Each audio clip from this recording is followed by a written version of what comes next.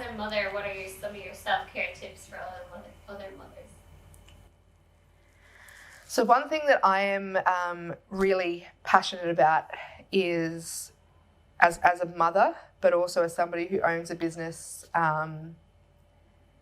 but also as a female, as a woman in this world that we're in, is that self-care is not selfish. We, as women, are brought up in a world where we are expected to put ourselves second. So from a young age, girls are programmed or put in environments where they're seen as secondary to others. A lot of them are naturally nurturers. So, they move into nursing, caring roles, mothering, early education, teaching type of positions, where that nurturing, that need to care for somebody else is forefront of who they become as people. What that does is burns a lot of us out. When you spend your life putting other people first, how you feel about your life, for a lot of people, is not as great as you could. You feel tired all the time. Dependent on your environment, you feel used. You feel like nobody sees you. You feel invisible. And you feel like you can't change anything because if you stop doing something, the world breaks down around you. And most of the time, you've probably set yourself up to where that if you do stop doing something at home, it all does fall apart. Your children start missing soccer practice and then get put on the bench on the weekend at the games. Your partner had these expectations that for years you've just continually done the washing, and all of a sudden their clothes that they need for something aren't washed because you didn't do the washing. So you have this internal dialogue. If I don't do it all, if I don't do this, I'm going to let somebody else down. But at the end of the day, you're actually letting yourself down. There is no need as a female, as a woman, whether you're a single parent, you don't have children, you're married and have lots of kids, or married and have no kids, there is no reason to put yourself last.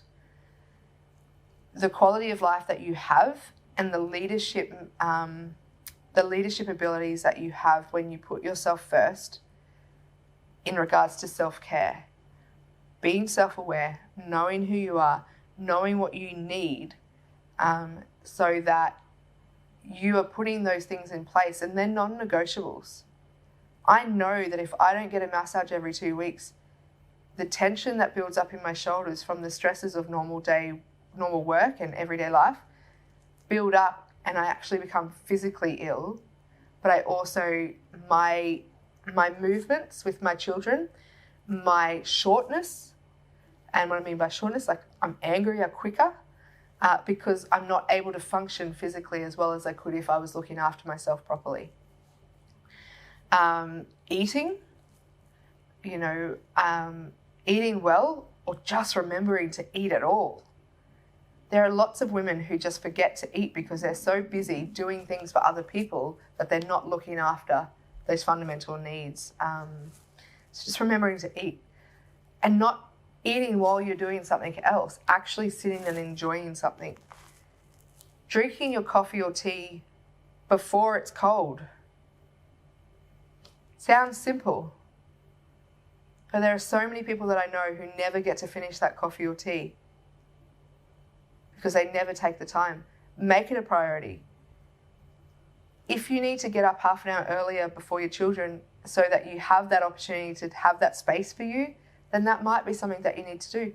But also, your children playing by themselves is okay.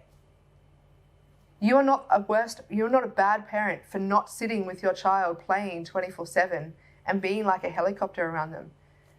Stating that I will come and play with you after I finish reading this magazine, having this cup of tea in my space, I will come and play with you after. Or actually, I don't want to do that right now. This is what I want to do. And this is the choice I'm making.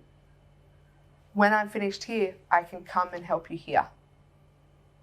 Simple language change can make the biggest difference in how you feel about yourself, but also how others treat you. That includes your own children. Culturally, in lots of cultures around the world, something like that would trigger a breakdown in somebody's partner or in children thinking their world is ending.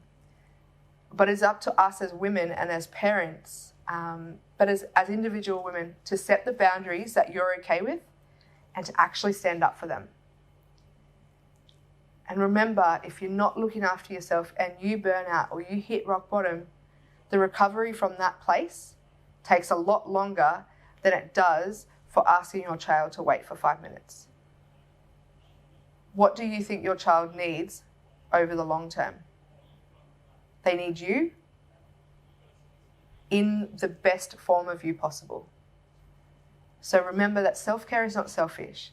Putting yourself first does not make you a bad person.